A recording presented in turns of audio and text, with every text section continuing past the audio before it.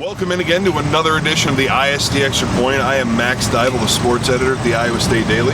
I'm Luke Manderfeld, assistant sports editor and football reporter. And I'm Ryan Young, I'm the other assistant sports editor and football writer. We are coming to you from outside Jack Trice Stadium here in front of the new South End Zone Club Edition. We're about 24 hours away from the 2015 season opener. Kickoff is 7 p.m. tomorrow night, guys. Iowa State is going to take on Northern Iowa. Lost to Northern Iowa 2 years ago.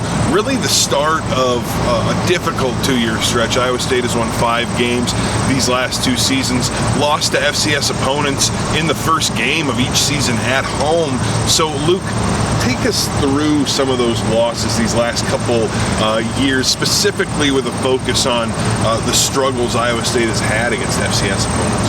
As you mentioned, the loss against Northern Iowa in 2013, 28-20, disappointing loss. It was the first time they'd lost to an FCS team since 2007 at that time. Last season, the loss to NDSU 34-14, made it 2 straight, and now tomorrow night they'll try to obviously do better than that. They'll try to end that streak. Yeah.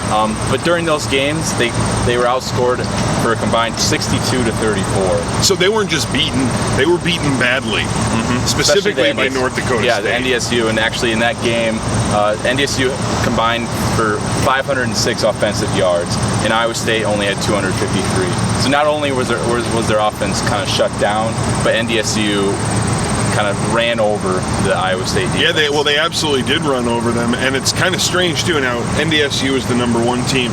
That UNI game, that was much closer. That was a better game, absolutely. But UNI actually last year beat NDSU in the playoffs. UNI has been a perennial top 10 team now in the FCS. They come in here bringing back 13 of their guys. So just a little more focused on the UNI game here tonight. What are some relevant numbers that kind of play into what will be happening on the field, what fans will see on the field tomorrow night? The Panthers defense will be captained by DeAndre Hall, who was first in the Missouri Valley Conference in interceptions, followed by Tim Kilfoy, who's another defensive back for the Panthers, who was second in the conference. And it'll actually highlight a battle between Iowa State and Northern Iowa, between the core the receiving core for Iowa State, which has been highly touted throughout the preseason against these defensive backs. Ryan, what do you know about that? Well, the Iowa State wide receiving group is one of the best in the Big 12. I mean, you have Alan Lazard, Quentin Bundridge, and Demario Montgomery, who are kind of the big 3. And then you have a few other guys fighting at the seam, too, trying to get in there. And when you pair them against guys like Hall and Kilfoy, who are legitimate NFL prospects after this season, if this season goes well, I mean, it's going to be a real battle to watch. It could be kind of tough for Iowa State to get their passing game going. And the winner of that battle on the edge could easily come out to be the winner on the scoreboard when all is said and done. So that's absolutely going to be a matchup to watch. Clearly, quarterback Sam Richardson is going to play a heavy factor in that. But he struggled, these last 2 seasons against these FCS teams.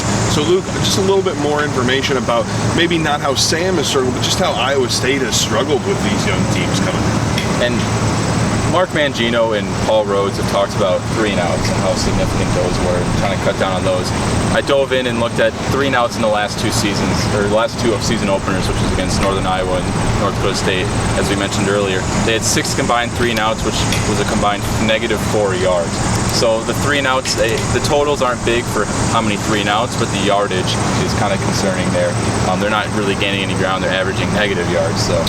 Yes, absolutely. Well, and those wasted drives, too, that could really be a problem, because when you look at these scores going back and you say that the teams are averaging, Northern Iowa, North Dakota State combined, they're averaging over 30 points a game. I mean, Iowa State's really going to have to score the ball a number of times, I feel like, if they want to stay in this game.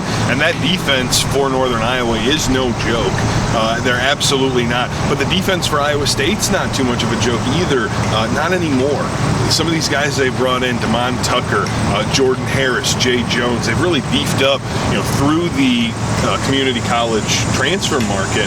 And so now we're going to see a team. It's really hard to say, what they're going to be able to accomplish. I think the only thing we can all agree on is that this defense is better than the defense was last year. And Paul Rhodes actually said that this week.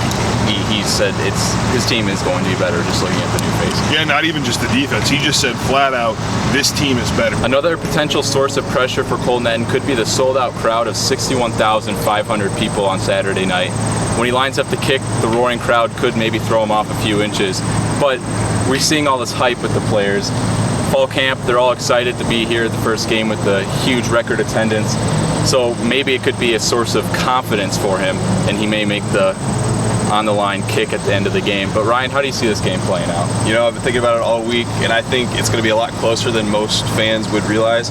And honestly, I think UNI is just going to find a way to pull this game out. I think they'll win a close one at the very end. I think it'll be 24-21 Panthers. Yeah, you know, I don't see it going quite like that.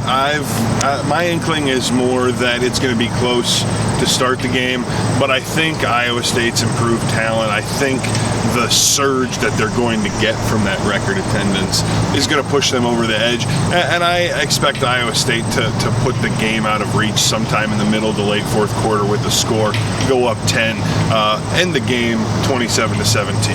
Iowa State lost their last 2 games against FCS opponents. Tomorrow night they'll be playing another one. It could be the same amount of losses they lost in that 59-year span I mentioned before, but I don't believe that's going to be the case. Northern Iowa has a turnover of talent, even if they did reload, as Paul Rhodes said earlier in the week, and Iowa State's sense of brotherhood and addition of talent will be too much. My prediction, 31-14, Iowa State. So Luke's got it as a blowout. I've got it as a solid win for Iowa State. Ryan Young has the Cyclones going down. What's going to happen? We don't really know. Prognostication. I mean, it's just for fun. It's just for you guys. What you need to do is you need to come out to Jack Trice Stadium, enjoy the tailgate. You know, check the game out on the big screen if you're lucky enough to have a seat, and get a sense of what this Iowa State team is going to be. Because even us, who've spent the last month covering them every day, we don't know.